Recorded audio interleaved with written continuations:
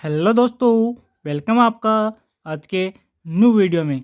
तो आज के वीडियो में आपको वर्त के बारे में बताऊंगा कि वर्त क्या होता है, वर्त को कैसे सोल्व किया जाता है, वर्त का क्षेत्रफल क्या होता है, वर्त की परिधि क्या होती है, वर्त की त्रिज्या क्या होती है, वर्त का व्यास क्या होता है। ठीक है, तो वीडियो पे लास्ट तक बने रहना और जो भी लास्ट तक बना रहेगा उसको पूरा डिटेल समझ में आ जाएगा। ठीक है, चलो शुरुआत करते हैं अपन।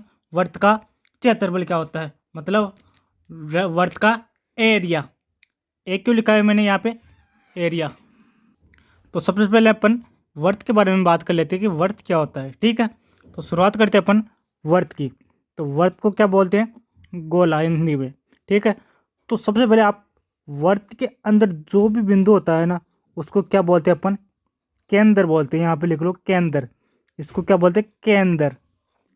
इंग्लिश में बोलते हैं सेंटर बोलते हैं। ठीक है, इसको केंद्र बोलते हैं, याद रखना, आपके बहुत ही काम की चीज़ है ये।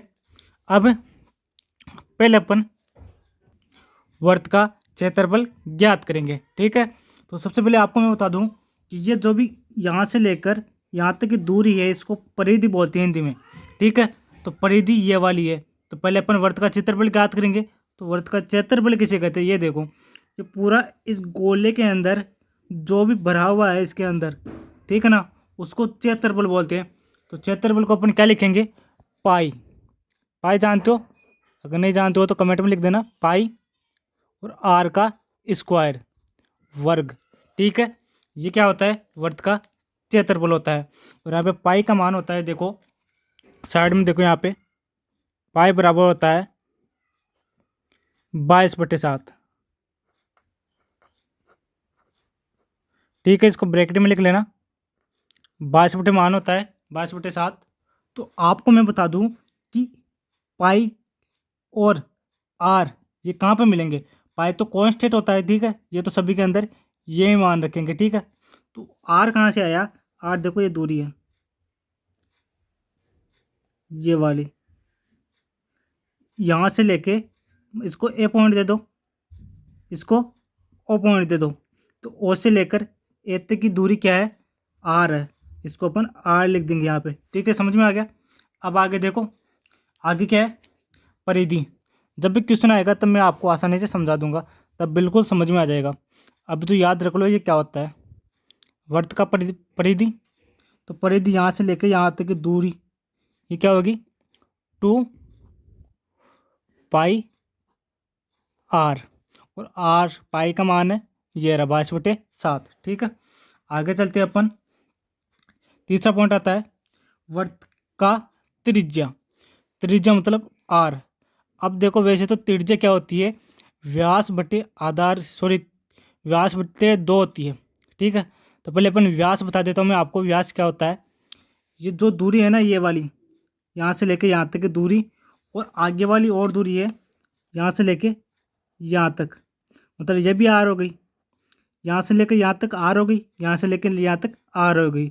इसको बी पॉइंट दे दो। तो ओ बी प्लस ओ ए ये दोनों मिलाकर क्या होती है, व्यास होती है। तो यहाँ से लेकर यहाँ तक का जो भी है खंड उसे क्या बोलते हैं, व्यास। ये व्यास है, तो व्यास और दूसरा व्यास, तो 2 व्यास हो गए। तो अपन वर्त का व्यास क्या लिखेंगे, 2r। ठीक है, 2r मतलब 2 त्रिज्या। आप समझो एक बात दोबारा कि ये भी त्रिज्या है और ये भी त्रिज्या है वर्त की। तो आर प्लस आर ही है ना, तो आर प्लस आर क्या होगा, 2r होगा। ठीक है, तो इसको हम अपन आर प्लस आर भी लिख सकते हैं और 2r भी लिख सकते हैं। तो अब आगे देखो, वर्त की क्या था, त्रिज्या। तो त्रिज्या देखो अपन कैसे ज्ञात करेंगे, एक तरीका तो ये है और एक तरीका ये है और एक तरीका ये है, 3 तरीके हैं।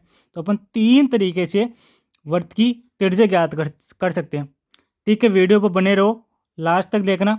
ठीक है, अब देखो वर्त की त्रिज्या है तो आर, तो आर बराबर पहले अपन इससे करते हैं। तो क्या होगा, व्यास कितना है, व्यास ही है, तो यहाँ पे व्यास लिख दो।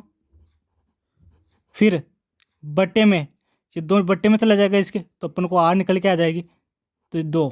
ठीक है, ये क्या होता है, एक तरीका तो ये हो गया। अब दूसरा तरीका है हमारे पास, दूसरा तरीका है कि जो भी ये आर है ये ज्ञात करने के लिए 2 पाई को नीचे भेजना होगा, तो परिधि नीचे आएगी। ठीक है, तो ये क्या हो जाएगा, परिधि बट्टे में क्या आ जाएगा, 2 पाई। ठीक है, 2 पाई बट्टे में आ जाएगा। एक तरीका ये हो गया। अब लास्ट तरीका है, लास्ट एंड फाइनल, वीडियो पर बने रहना। अब लास्ट एंड फाइनल है कि, तो लास्ट में आएगा, इससे देखो आर, तो पाई नीचे चला जाएगा इसके, तो ए बट्टे पाई आ जाएगा, ए अपॉन पाई।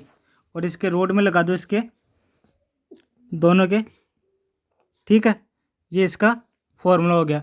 अब आपको क्वेश्चन अगले वीडियो में बताऊंगा। ठीक है, धन्यवाद।